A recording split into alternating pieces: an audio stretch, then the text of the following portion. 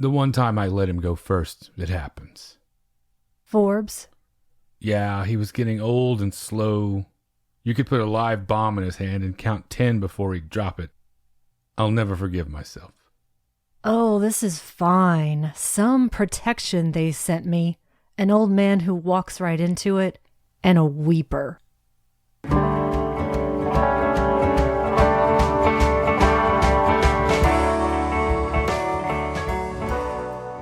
Welcome to the Magic Lantern Podcast, an ongoing informal discussion of the films we love and the things we love about them. I am Erica Long. And I am Cole Rolane. Each episode of the Magic Lantern will be devoted to one film that we alternately select, and we will discuss why it is significant to us. Just a note, whether the film is a classic or a more contemporary title, this will be an in-depth discussion that will include explicit plot details and potential spoilers. We are at episode 131, continuing our Noir month. What's our choice today, Cole?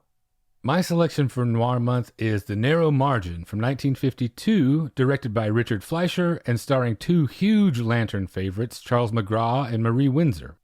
And that's along with Jacqueline White, David Clarke, Peter Virgo, and Harry Harvey.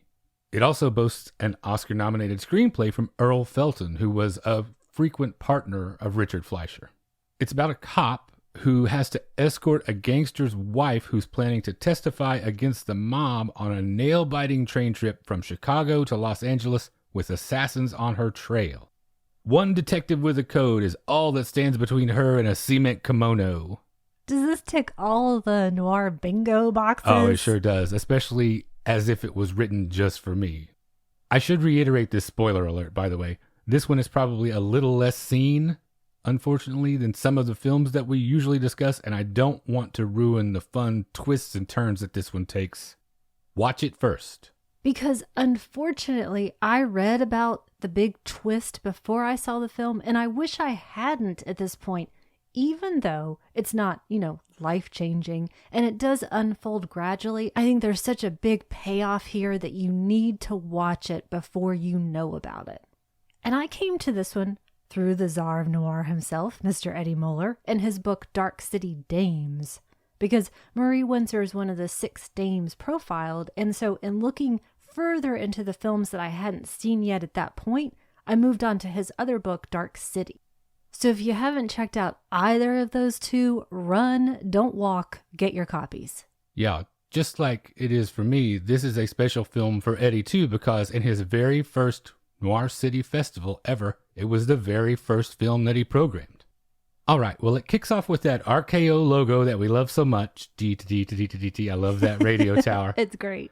It's always a good sign for me to see that RKO logo. Is probably the studio that we can regularly count on to get the most movie out of the least investment.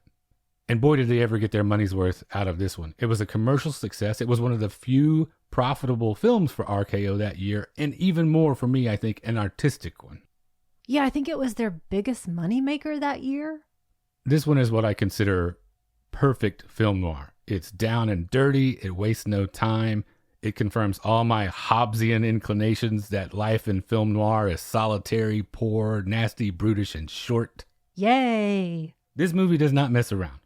Our previous selection, Laura, that might have had the glamour and a specific kind of sleaze that comes with kicking over rocks uptown, but this one has the thing that I think may be the most important characteristic of a good noir, the hard-boiled aspect of it. There is no substitute for the grimness and gravity that comes from life on these mean streets. The world weariness in every gesture, every flicked match. This bitter, resigned poetry that's in every barbed line of dialogue, especially that Marie Windsor delivers. If this had smell-o-vision, it would smell like flop houses and cigarettes and broken dreams. You hear that on the microphone? That's me rubbing my hands at the prospect of getting into this one. I'm twirling my mustache over here. It really is like it was made just for me. We kick off with the sound of trains, fish in a barrel, Cole, entering the Chicago rail yards, quite possibly my favorite city on earth. I may be biased with my Midwest Great Plains upbringing, but I think Chicago is the perfect city for film noir. New York is obviously great, but there can sometimes be an anonymity that just comes with a city that size. Now that's perfect for some stories, but not all of them. Well, I think it's fascinating that we start there because you've got the history of Chicago crime, and then we transition into that modern post-war LA crime. Yeah, exactly. And Los Angeles is great too. Quite obviously, film noir as we know it literally does not exist without Los Angeles. It's a graveyard for innumerable dreams. That backdrop is perfect for all the damaged souls that drift through those stories. Chicago, though, it does something better than either of those places for me. It makes it personal. It's not so large that it swallows everything up the same way New York does, and that lack of Hollywood glamour as a defining factor makes it more workaday and thoroughly relatable. Have you been to all of those cities? New York and LA, definitely. I've only been through Chicago. I think I spent about 3 days there once, so I really haven't been able to see much of the city at all. So I can't wait to go together. Yeah, I've got so many cool places to show you.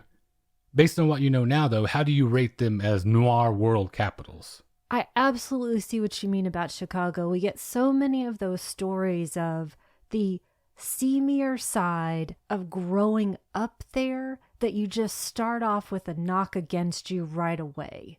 And then it's nothing but people trying to scrabble over each other to make it to the top of the heap.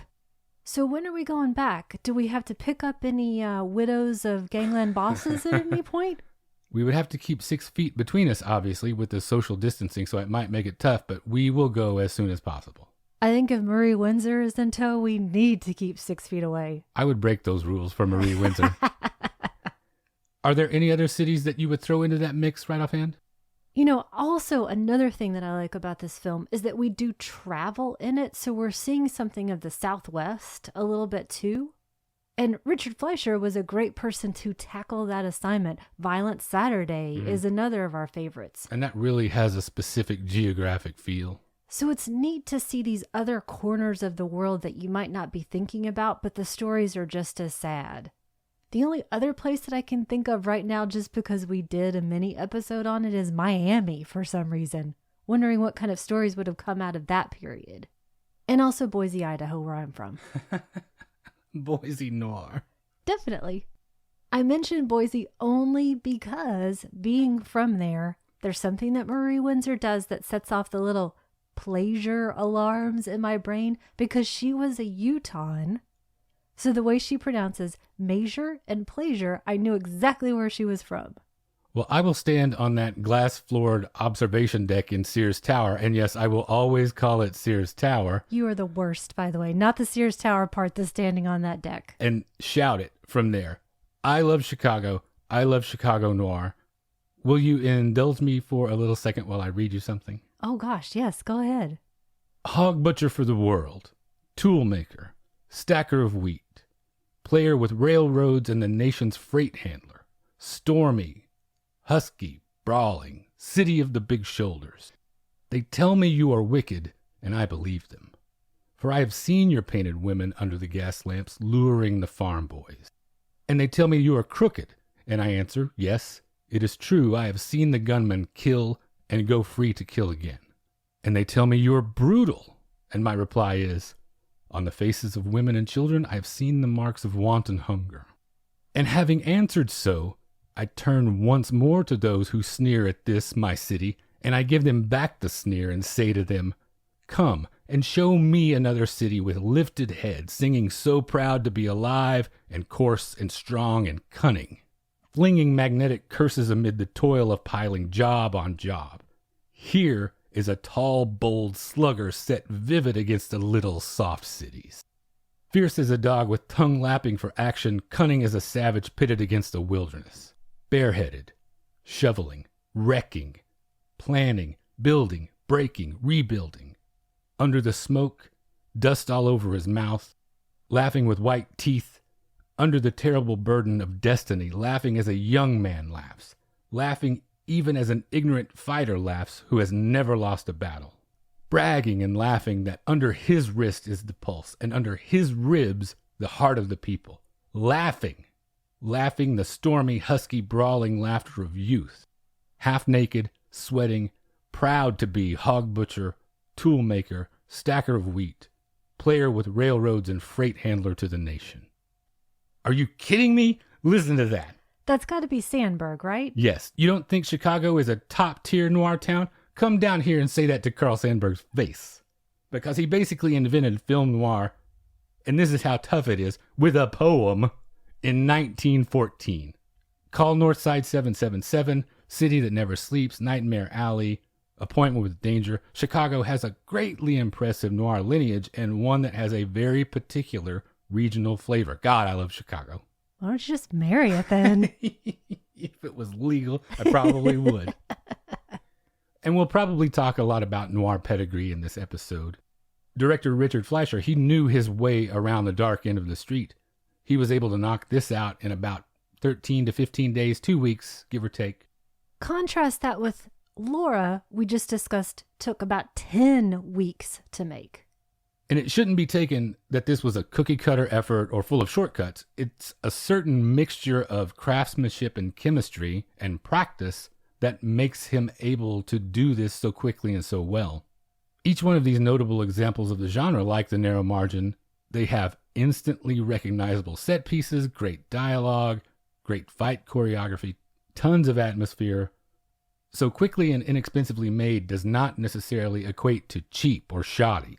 Because I think you look at something like this and you realize that some people are just better craftsmen, better artists. So it doesn't matter how much time it took or did not take. There's just something that sets it apart and makes it special. It's like they could have made something fantastic in 10 minutes, better than it would have taken a year for anybody else to make. And Fleischer could do it all, too. He was equally at home with big-budget spectacle movies. He made Dr. Dolittle, for instance. He's an interesting counterpart, I think, to our previous director, Otto Preminger. They both had a period in their careers where they made some of the best films noir ever. In Fleischer's case, Trapped, Armored Car Robbery, and this. And then they went on to do other extremely varied projects after that. Because he's really interesting. He spanned the golden age of Hollywood and up through American New Wave. His first feature was just in 1946. He made another of your favorites, 10 Rillington Place. Mm-hmm. And then up to Red Sonja, of all things. And he definitely sounds like he would have been maybe a little tough to contend with. I'm thinking about his autobiography, which apparently was all about settling some scores. The problems that he had with actors and writers and producers. It was called Just Tell Me When to Cry. Allow me to get out my list for the airing of grievances. I've got one specifically with Howard Hughes, Oh, yeah. by the way. Oh, my God. I didn't realize this was actually made in 1950, but not released until 52. Because Howard Hughes loved it, but then apparently forgot about it. Not just loved it, but wanted to infinitely tinker with it and make it the way he wanted it made. Reshoot it with other stars. Keep making the same story. But he was crazy. Yeah, fortunately, he decided to give up the ghost on that one. And then not long after The Narrow Margin came out, he basically divested himself of all of his interest in RKO. But getting back to the film, you mentioned Laura as compare and contrast. The dialogue we have here is not the sort that Waldo Lydecker employed in Laura. We trade his clever and incisive put-downs for something more immediate, usually delivered through clenched teeth in this case. So long, quill dipped in venom, hello, verbal blunt instrument. It calls back to our previous episode again here. It's basically if insults were sash weights. We hit the ground running, though, on these mean streets, and we get into this yellow cab, and it's just a marvel how there's no fat here at all. The first thing I wrote was, man, this thing flies. Yeah, and everything is flying toward the same bad end. There's an unmistakable message being conveyed even by those lonesome suitcases that are sent ahead on the train, and Forbes' dead cigar. Even the inanimate objects in this are imbued with an inescapable fatalistic bent. Another interesting thing for me coming back to this, because it had been a while, watching the credits, I was wondering, oh, is this film going to be dominated by women? Because we've got two prominent ones, one prominent man, and that's kind of unusual for a noir, especially as the triangle's not exactly what we think it might be. Well, one of the points on that triangle, and our star here, is the granite-jawed Charles McGraw as Detective Brown. And we talked briefly in the last episode about what a great noir leading man Dana Andrews was. Charles McGraw, though, he is noir royalty to me. How about you? Definitely, but when I was younger, not somebody I was so aware of. Well, he embodies exactly those qualities, I think, of the dark and complicated whole being more than the sum of its parts.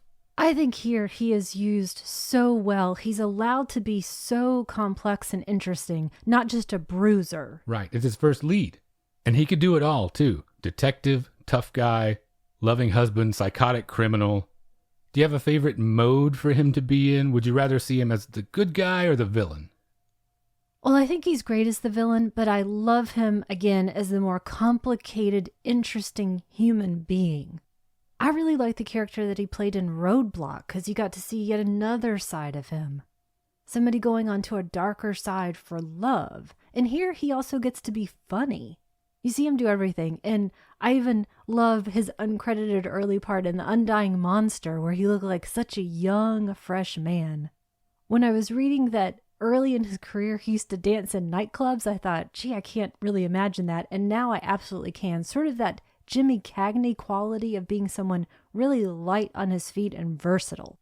And here in this film, we see that transition for him, the difficulty in the position that he's in. Early on, he's shot from below, making him seem kind of larger in life. And then as the film goes on, more at his level, more human, more overwhelmed. Well, I love to see him as a bad guy too, because he is goddamn terrifying. Absolutely. But you know in my heart that I cannot resist pulling for a man with a code, a guy that will not betray his principles when the chips are down, no matter how bleak his prospects or how tempting whatever they dangle in front of him. And he's honest about that temptation, which is why I think maybe his name is Brown here as opposed to black or white. I guess gray would have been too on the nose. Yeah. Well, to get into the movie proper, there is a conversation here between Brown and his partner Forbes that they have on their way to pick up Mrs. Neal, Marie Windsor, that sets expectations for us to either align with or to push back against a little. This whole bit about what kind of woman becomes a mob wife.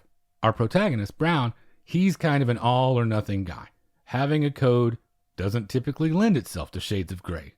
It's clear what he thinks of mob wives and gun moles. They're the 60-cent special, quote unquote. Cheap, flashy, and strictly poison under the gravy. His partner, he's not so sure. He's not as rigid about it. And Forbes seems like he's a little older, so is this attitude possibly the result of greater life experience? Or is it just that he's maybe more corruptible or even just lazy? To me, it read more as been around a little bit more, and he's got a family life, we know. So it seems like he's seen a little bit more of the world and a little bit more of humanity, possibly the better side. How you can make not such a great decision, but not because you're a scumbag. But also it's Chicago. What the heck do they expect? What are your choices? I like that you mentioned that because I encourage everyone to look for the little touches to garner a greater appreciation for this film throughout. There are little things that happen that go almost unnoticed, but add considerably to the vibe and your understanding of this world they're building, even just subconsciously. For example, one of my favorites, when they pull up here to her apartment to pick her up, he instructs the cabbie, douse your lights. Okay, perfectly sensible. Don't want to draw attention. But in the margin of the screen, as they're getting out to go get her, you can see that the cabbie puts up his collar and shrinks down in his seat a little as if by instinct. Even the bit players know the deal here. And that for me continues to the first time that we see Marie Windsor as Mrs. Neal. She's in partial shadow and she does a wonderful hair flip. Almost like a Gilda flourish. Yeah, as in, who the hell are you? And she's mad and sassy, defying everybody, playing this record loudly when she shouldn't be. Well, during this rendezvous to pick her up, everything is about tension. Things are contentious between the three of them. Then you get that Dutch angle on the pearls dropping to the floor. So it's tipping its hand a little bit that shit's about to get real. And then that pans down to a shadowy figure in the lower hall. And so you have all these neat touches that imply so much. Pearls on a cheap string. The fur collar on the gunman's coat, that says a lot. The clothesline in the yard. It's a masterclass in low-budget ways to make your film more visually interesting and conveying information in the little details at the same time. And also comparing and contrasting again with Laura, in this case, In this film, there's almost no music. It's a big difference. You go from this instantly recognizable iconic theme in our previous film to just a couple of instances of Marie Windsor, like you mentioned, listening to records providing the diegetic music. Yeah, there's no score to speak of. It's the train sounds, it's the gramophones and popular music. So I think both of them played with music in an interesting way. I also like what the music keys off here because it signals bad things to come. Yeah, and then you have everything else that accompanies the action providing this dramatic punctuation. It's all train sounds. And especially check out that nifty cut that matches action and sound when Marie Windsor is filing her nails, and that dissolves to these train wheels picking up speed. And speaking of Marie Windsor, she is such a badass. I think I can say that that is one of our most fiercely held shared beliefs, right? Absolutely. And she was a Mormon, no less. Crazy to imagine. She says here among one of many fantastic lines, "Getting killed sort of runs in my family." No one could deliver those bitter bon mots better than she could. She once said, "Playing heavies is fun, and the parts usually have meatier dialogue to chew on." She weren't kidding. She certainly doesn't do much to dispel Brown's preconceived notions of a certain type of woman, though. Looking over her career here, I see that she really matches McGraw's versatility that you were bringing up, stride for stride, I think. But in this case, if I had to choose, I would flip my preference. I really love her as the femme fatale. I always want her to be bad, the baddest. Because she's the smartest one in the room. She knows all the angles. Do you have a favorite mode as far as Marie Windsor is concerned? I'm right there with you. I actually first came to know her through Murder, She Wrote, so I have very fond memories as a kid of listening to this wonderful voiced woman being so imposing and exciting. Did you know she was once Queen of Covered Wagon Days? Wouldn't doubt it. You mentioned that book, Dark City Dames. The others of those women being Jane Greer, Anne Savage, Evelyn Keyes, Audrey Totter, and Colleen Gray. Where do you put Windsor among them? What's the power ranking for the Dark City Dames? There's definitely not a bad one in that bunch for sure, and they were all completely different, which is wonderful, but I gotta put Marie at the top, even though Audrey Totter has a very special place in my heart, as does Colleen Gray. Anne Savage is the one who I think of as being as physically imposing. No one had crazier eyes than Anne Savage. And able to use that voice in the same way. But Marie Windsor just stands apart. There's nothing in her that makes me think Heart of Gold in that same way, and that's not a knock against her. She was gorgeous, intelligent, dramatic. She could be romantic and sexy. She could be scary. She never phoned it in. None of them did. But she was just given a different role to play, and she played it better than anyone else could have. How about you? Well, just going through them, Anne Savage, she is terrifying as well, and she could give you whiplash with her on-screen mood swings. Jane Greer may be the best overall actor in the bunch. I think I would argue Evelyn Keyes, in my opinion. The thing I like about Evelyn Keyes is that she was always so good at letting her dark side show through that facade in surprising ways. She was perfect for the tonal shifts that would come later in the darker, rougher, cheaper period of noir in the early 50s. And she could play L.A. noir really well, I think.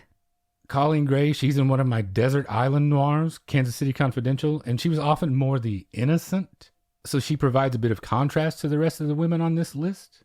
But like you, and I think it may be an even harder decision for me, the two I could never hope to decide between are Marie Windsor and Audrey Totter. They are the epitome of the Dark City Dame for me. They don't make femmes any more fatale than this.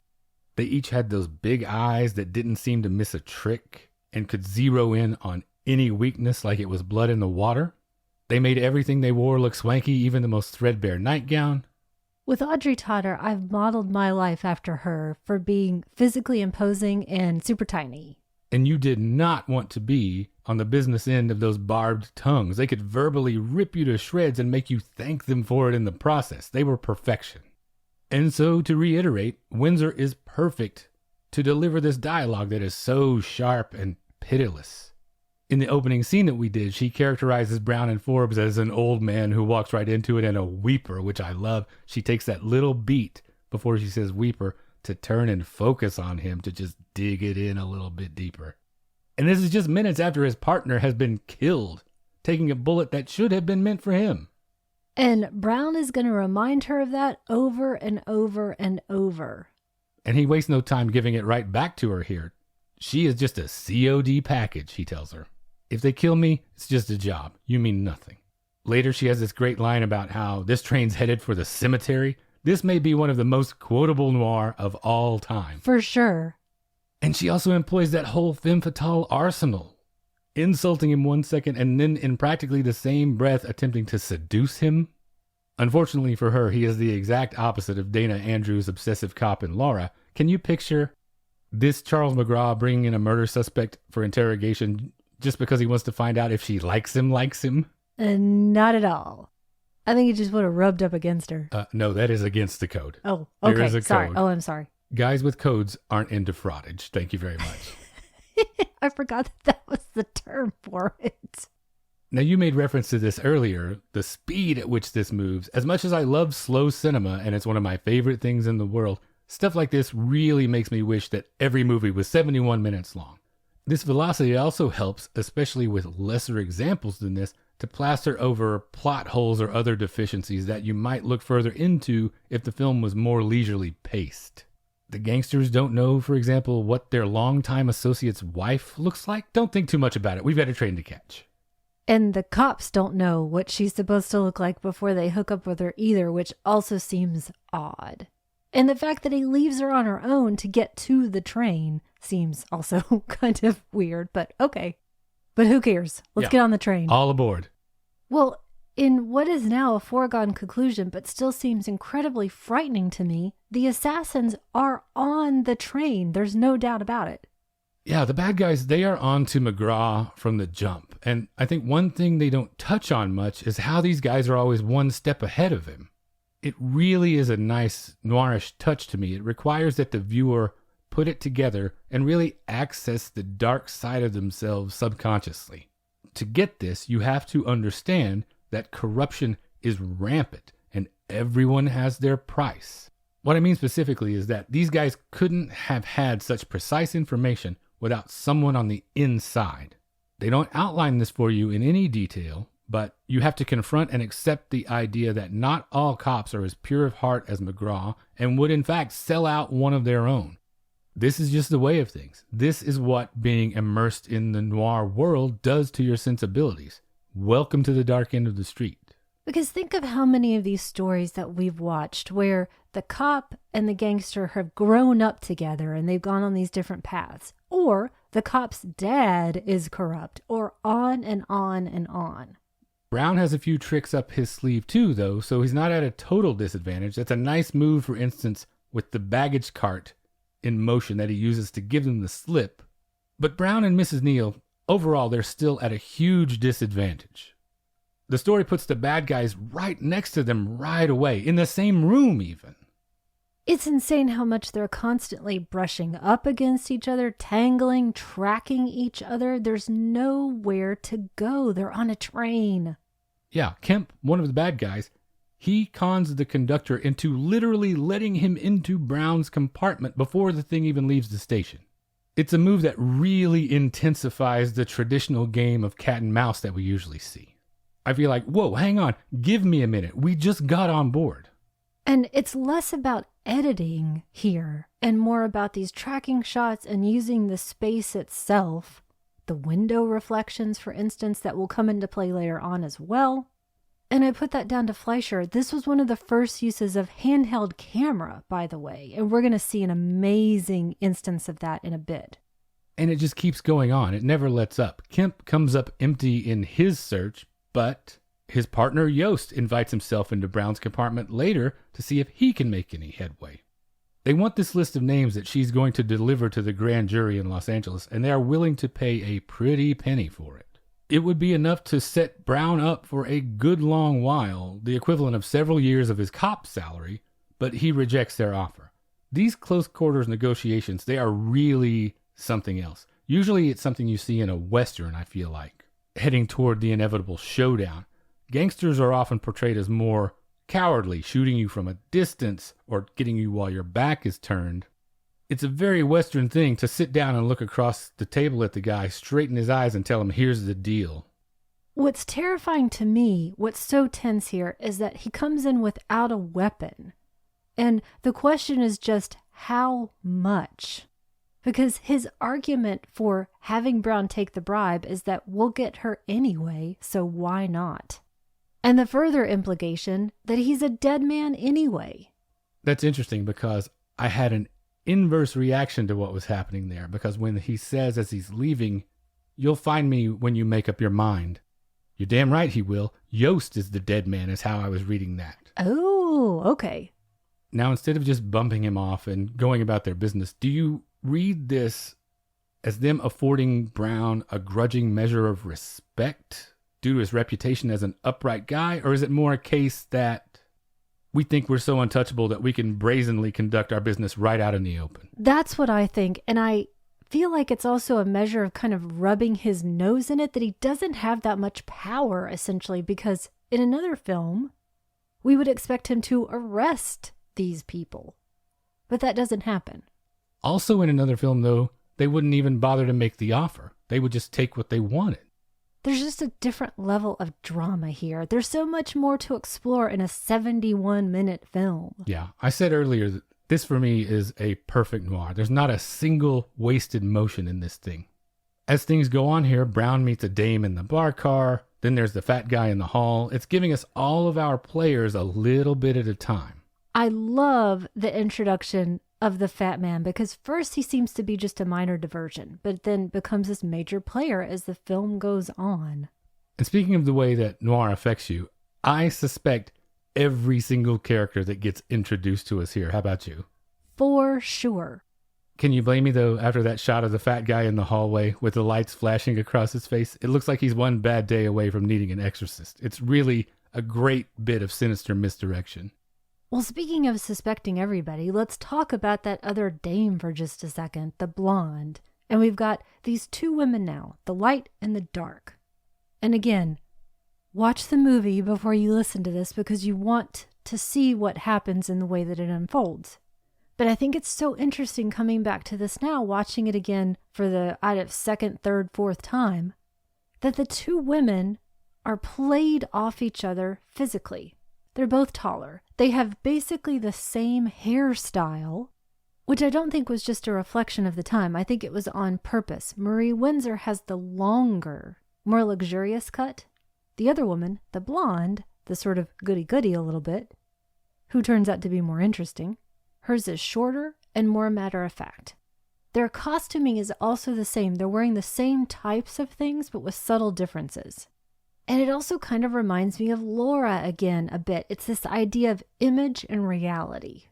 Not a doppelganger exactly, but two sides of the same coin, maybe. Closer than we think.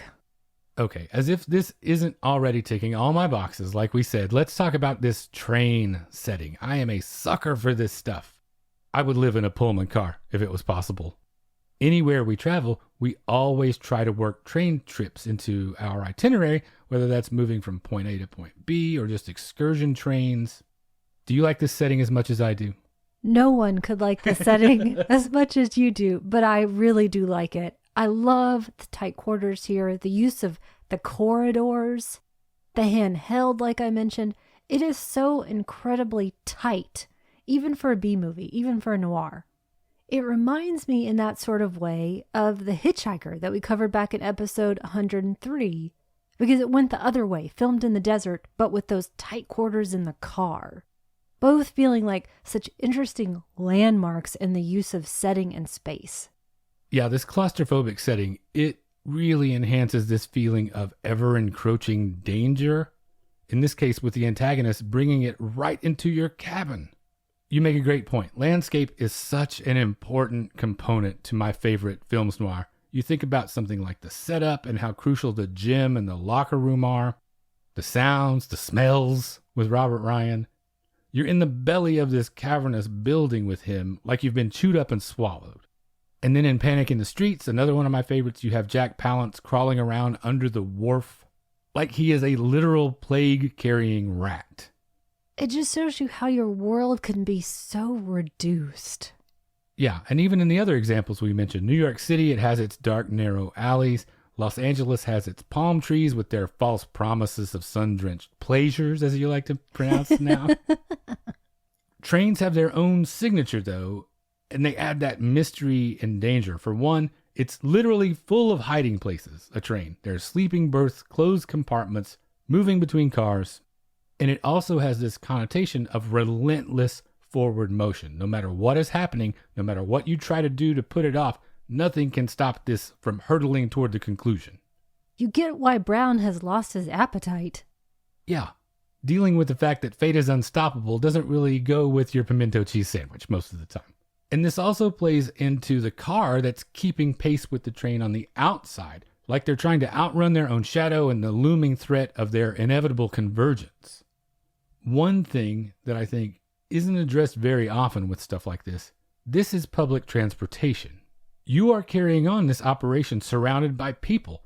They're most likely just innocent bystanders that could prove to either be a hindrance or collateral damage. But some of them could be adversaries, and you just don't know. Or in this case, you pretty well know. And then plus, for some of us, at least, trains, they really add an unmistakable element of romance, nostalgia, whatever you want to call it. It's a setting that completely captures my imagination. And in this in particular, another element that I really enjoy that is a byproduct of this train setting is how Brown and Kemp especially each catch the other in these unguarded moments, doing ordinary things like packing a suitcase or shaving or brushing their teeth, instead of being super cops or unerring assassins every second of the day. They still have to go to the bathroom. Yeah.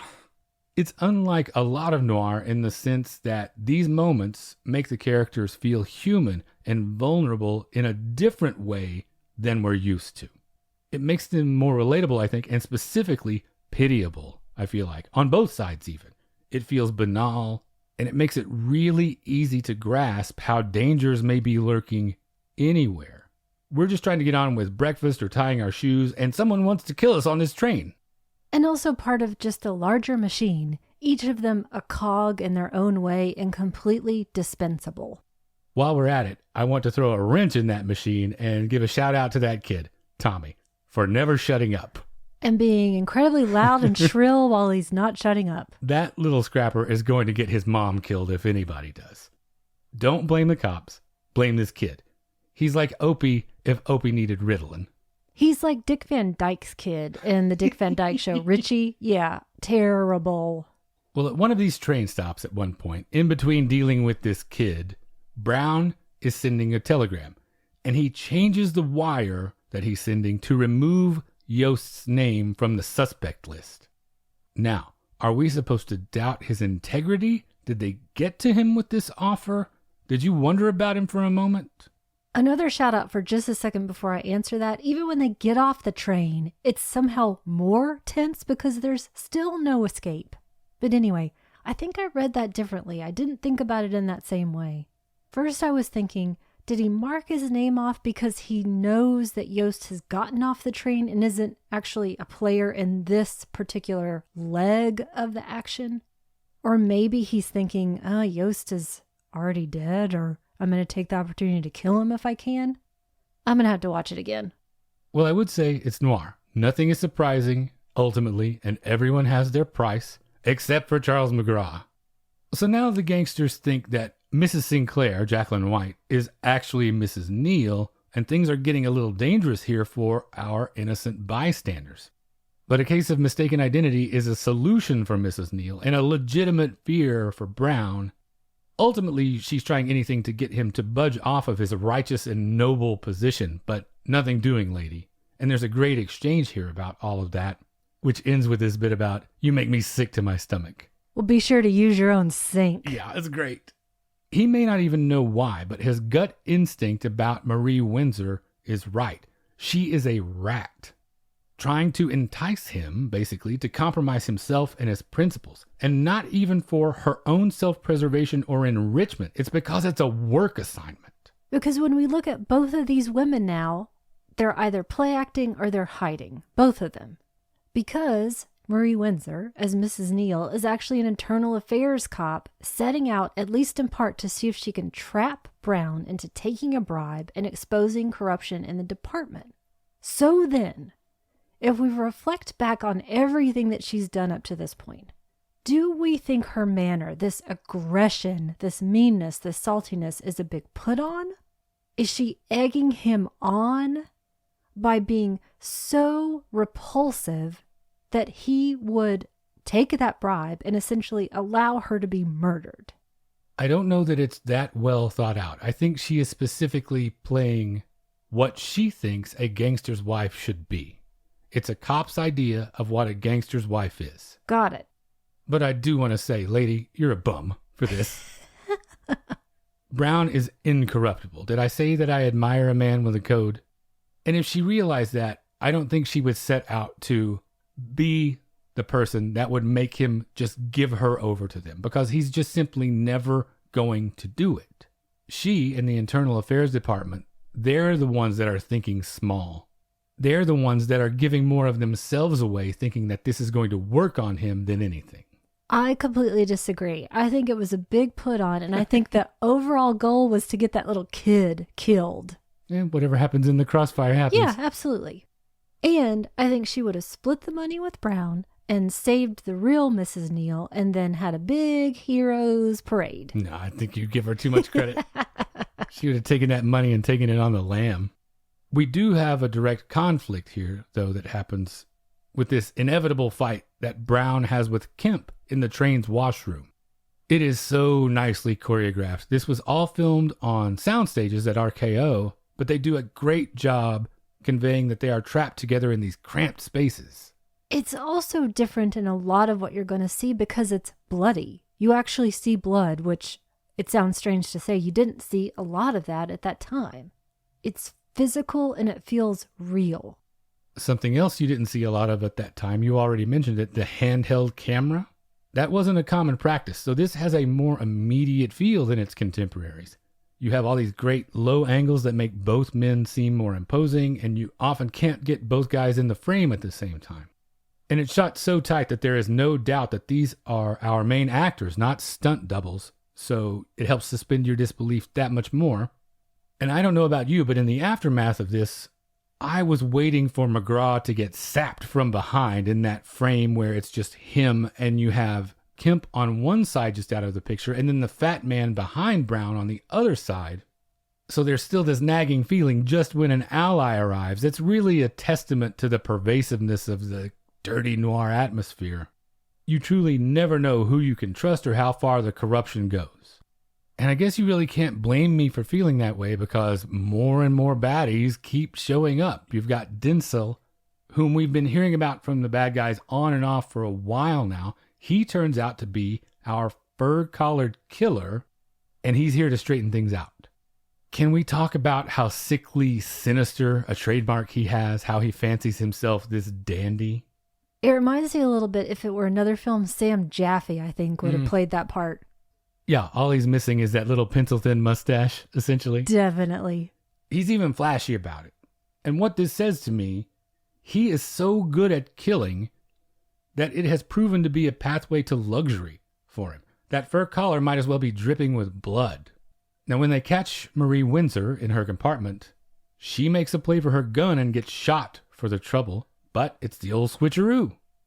Well, before that, though, just want to mention something quickly. As she dies, that's what triggers the gramophone to go off again. Oh, it is eerie. But the big switcheroo, she was a cop the whole time, and Blondie is the Hood's wife.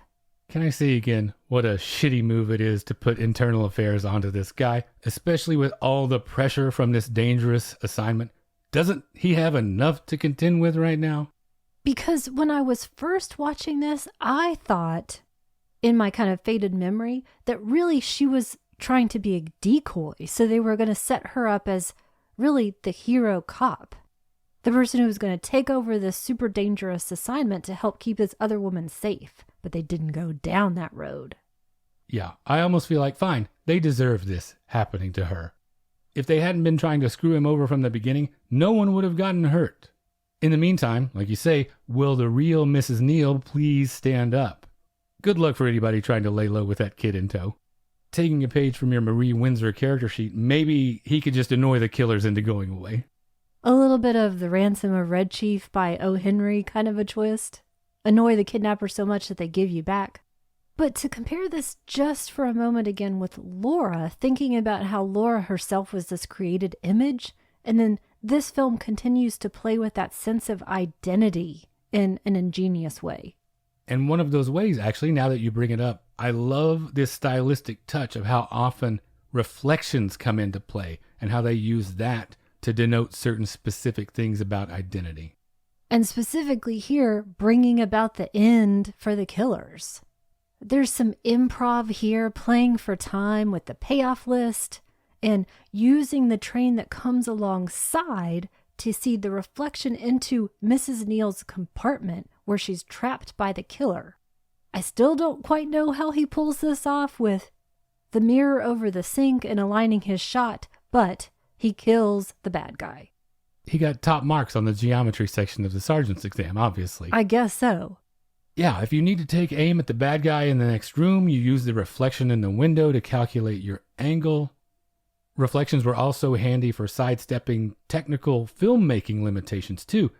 If you're in such close quarters and you can't shoot a specific close-up, shoot a close-up of the reflection in the window. Hopefully this never happens in our life, because I'm just going to keep shooting through the door and hope that I hit the right person. And there's also obviously the symbolism of mirrors and reflections equaling duplicity, because so many people in Brown's orbit aren't who they initially led on. It's practically World on a Wire up in here. And speaking of being through the looking glass, the real mobster's wife has now turned McGraw's notions on their head about what kind of woman he expected to find. Sometimes you get in over your head, sometimes you don't have all the information, sometimes you're just fooled. The important thing is that you do what's right when the scales fall from your eyes, and she does. I've got one tiny bone to pick here. Okay. So they've arrived in LA. Mrs. Neal decides she's done hiding. She's going to walk, not run anymore. Which, here's my bone to pick. It now then seems like they've needlessly lost 2 police people for all of this. But whatever, it's still great. Well, she didn't walk from Chicago. It's just a couple blocks. I like it because she is demonstrating for me and to McGraw here, with her desire to walk instead of taking the car, she's not crouching like a coward or a criminal. She is no longer associated with that way of life, even tangentially. She has a code too. I think you like it because they're both going to do it the hard way. Exactly. Well, the end, and that was a great ride. Yeah, this is essential film noir for me. This is Mount Rushmore stuff. It inspired a remake, I should mention, in 1990 with Gene Hackman. But it's a remake pretty much in name and the most basic premise elements only. Don't settle for less than this original. Speaking of don't settle for less, what do you have for us for further viewing here? I picked another original. I picked Woman on the Run from 1950, from the year that our film was actually made, directed by Norman Foster with Ann Sheridan and Dennis O'Keefe, about a woman who goes looking for her estranged husband after he goes into hiding after witnessing a murder.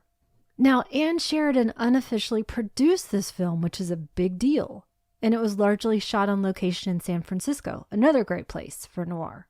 And it feels like something that was definitely a labor of love.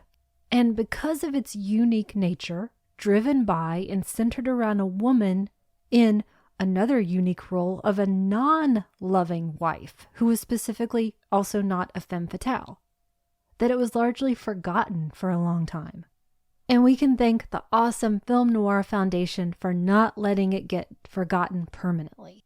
Yeah, leading up to this, I was not the biggest Ann Sheridan fan. I'm just kind of lukewarm on her prior to this. That may be because I just dislike her so much, or I should say the character so much in The Man Who Came to Dinner. But this really did change the way I thought about her and her contributions to film and how important a figure she was for sticking to it, to do whatever it took to get this thing made. And it is a great film noir example.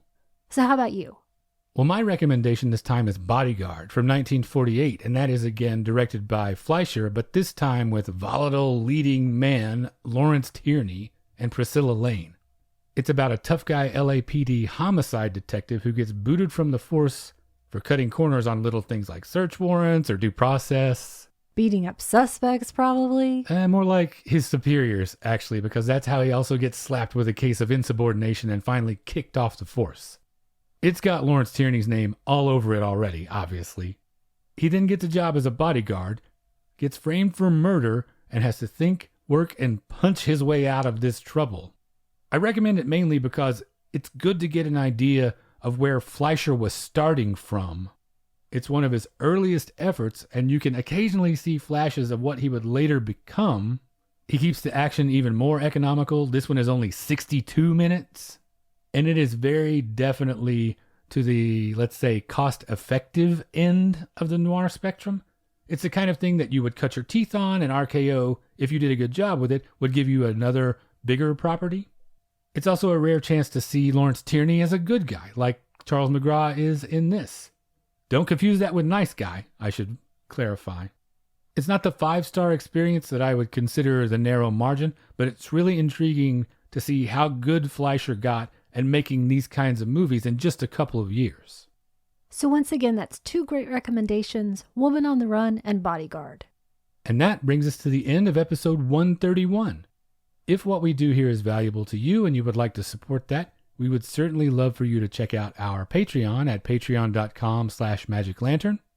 The $5 a month level gets you access to a big backlog of bonus episodes, and those come out on the Mondays alternating with regular episodes, so you never have to go a week without new Magic Lantern in your life. If you would just like to get in touch with us, you can reach us via email at magiclanternpodcast@gmail.com. We're on Facebook, Instagram, and YouTube. Just search for Magic Lantern Podcast on any of those platforms. We're on Twitter at Lantern_cast, and I just wanted to take a second to say thanks to everyone who has shared the show or given us feedback since last time. Laura Cannon over at the Fatal Films Podcast, the fine gentleman at Fuds on Film, Andy Wolverton, Keith Rich, Brian Sauer, Darcy Shaw, Michael Cannon, James Stobie, and Grindhouse Dave. If you're sharing the show or talking about us, please make sure to tag us so we can say thanks. We're on Apple Podcasts, Google Play, Stitcher Radio, Spotify, just about anywhere you get your podcast you can find us. Thanks again to another nice anonymous person who recently left us a 5-star rating on iTunes. We're very grateful for that. If you'd like to leave us a rating or review via any of those services, we would certainly appreciate it. And finally, you can find all of our episodes, including supplemental material at the website, magiclanternpodcast.com. And thank you for listening to the Magic Lantern Podcast.